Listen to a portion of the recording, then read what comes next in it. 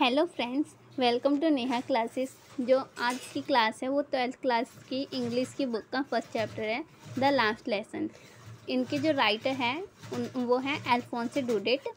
ये जो स्टोरी है ये 1917 में जो फ्रेंच प्रूसन वॉर चला था उसके बारे में है। अब वहाँ पे जो था उस टाइम युद्ध चला था फ्रेंच और जर्मन में।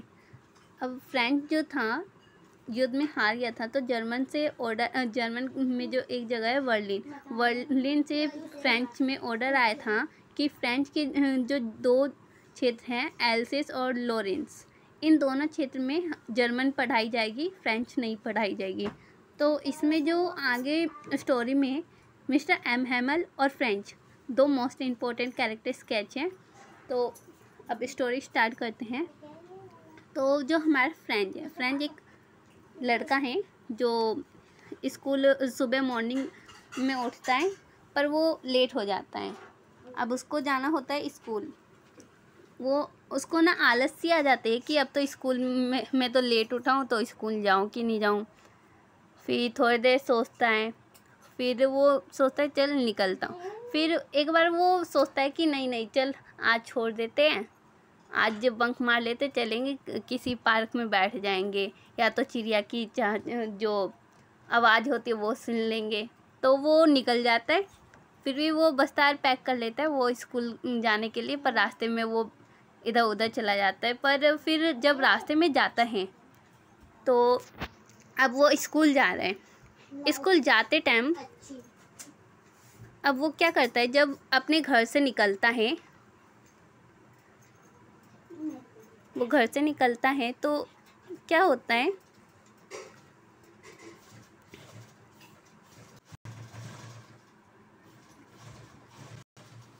वो जब स्कूल जाता होता है तो यहाँ से वो घर से निकलता है।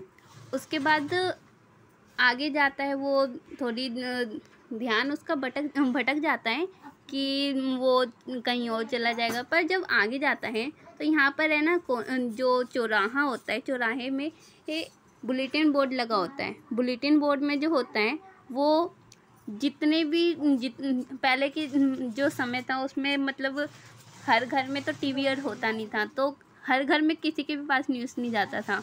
तो वहाँ पे चौराहे के बीच में एक बुलेटिन बोर्ड लगा रहता था, जिसमें वहाँ पे हर एक न्यूज़ आती थी। जितने भी बुरी से बुरी खबर होती थी सारे बुलेटिन बोर्ड पे आते थे। तो वो वहाँ से जाता है। अब यहाँ पर वो देखता है कि आज तो कई ज़्यादा भीड़ लगी है, बात क्या है। पर वो है ना इतना लेट हो गया था कि वो सोचता है नहीं यार, आज तो स्कूल में भी लेट हो गया हूँ, तो मेरे को स्कूल जाना चाहिए। तो वो इग्नोर करके वो आगे जाता है। तो आगे में ब्लैक स्मिथ होता है जो उसको रोककर वो पीछे से आवाज़ लगाता है, फ्रेंच अरे लेट नहीं होगा, आराम से जाओ, आज तो स्कूल जल्दी पहुँच जाओगे। तो वो आगे जाता है। अब जब वो स्कूल के आगे बढ़ता है तो जब स्कूल पास आने लगता है तो दूर से ही पहले जो था शोर आने लगता था, इतना चिल्लाने की आवाज़ आती थी। पर होता क्या है, जैसे वो स्कूल के पास आता है तो इतना शांत माहौल लगता है कि मानो कि कोई स्कूल, आज संडे क्लास होती है ना, कि संडे की जब क्लास होती है तो कोई आवाज़ नहीं होती स्कूल के वहाँ पर। तो उसको लग रहा था कहीं मैं गलत दिन तो नहीं आ गया, आज संडे तो नहीं है।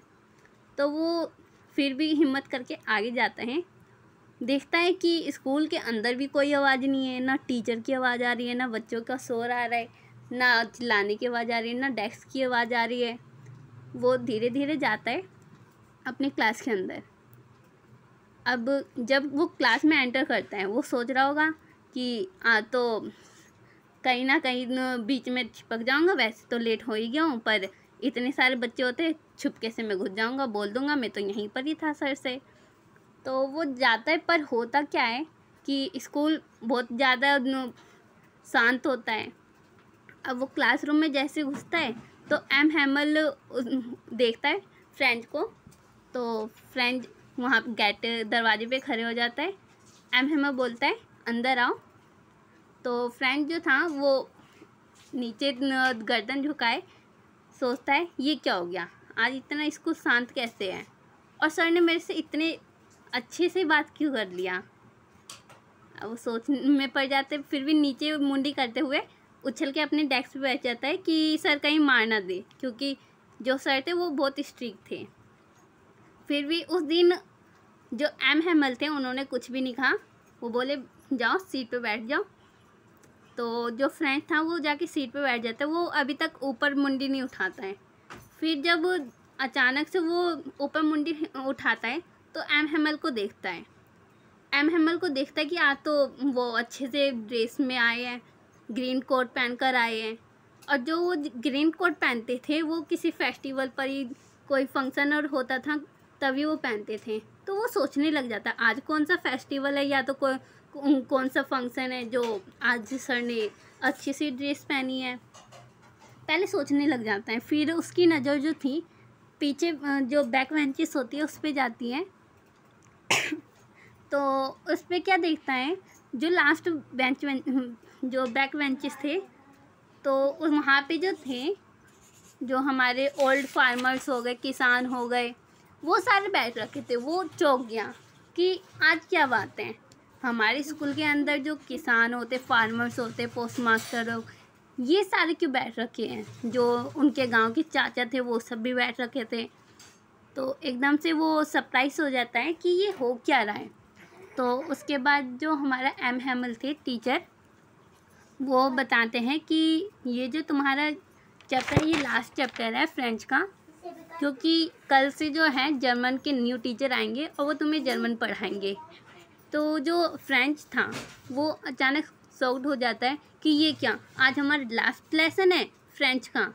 वो बहुत ही अपसेट हो जाता है क्योंकि उसको अभी तक अपनी लैंग्वेज को ही पढ़ना नहीं आता था, बहुत शर्मिंदा होता है। फिर जब एम हैमल पढ़ाने लगते हैं तो आज जब वो पढ़ाते हैं तो फ्रेंच इतने अच्छे से पढ़ते हैं कि उसको एक एक अक्षर समझ आता है। तो वो अपने ही आप को शर्मिंदा फील कर रहा था कि आज मैंने जब अच्छे से पढ़ा है तो मेरे को तो एक एक शब्द आते हैं, मैं कैसे इसको सीखना भूल गया हूँ। तो जो हमारा एम हैमल थे वो जब उसके बाद जो आज का दिन था, आज तो जो पार्टिसिपल्स होते हैं उसका टेस्ट था।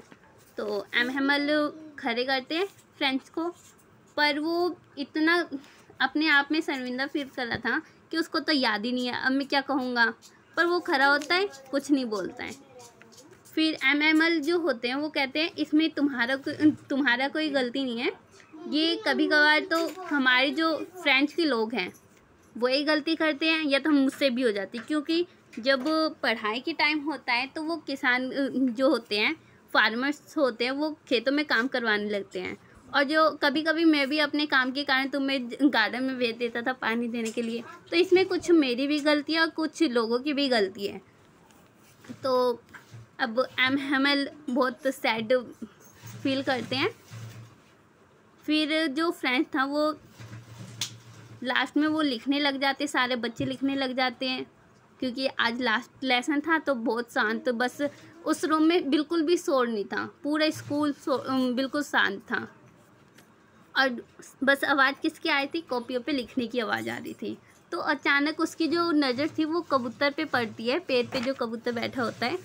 तो वो सोचता है कि ये जो कबूतर है इनको भी अपनी मातृभाषा छोड़कर अब फ्रेंच छोड़कर जर्मन भाषा बोलनी पड़ेगी। वो उसके माइंड में ये एक क्वेश्चन आ जाता है कि अब जो कबूतर हैं उनको भी जर्मन भाषा बोलनी पड़ेगी। तो उसके बाद जो फ्रेंच था वो बहुत सैड फील करता है। और उसके बाद हमारा जो एम हैमल है, चर्च की जो घंटी होती है वो बज जाती है, 12 बज जाते हैं। अब जो फ्रेंच था वो खड़ा होता है और ब्लैक बोर्ड पे लिख देता है वाइव ला फ्रेंच, अमर रहे फ्रेंच। और उसके बाद वो जाता है, घर जाता है। तो उसकी जो छोटी सिस्टर होती है वो पैकिंग करती है वापस घर जाने के लिए। बस इस स्टोरी में यही था। नेक्स्ट वीडियो में जो क्वेश्चन आंसर होंगे, मोस्ट इम्पोर्टेंट क्वेश्चन होंगे, वो मैं एक बार समझाऊंगी। Thanks watch my video.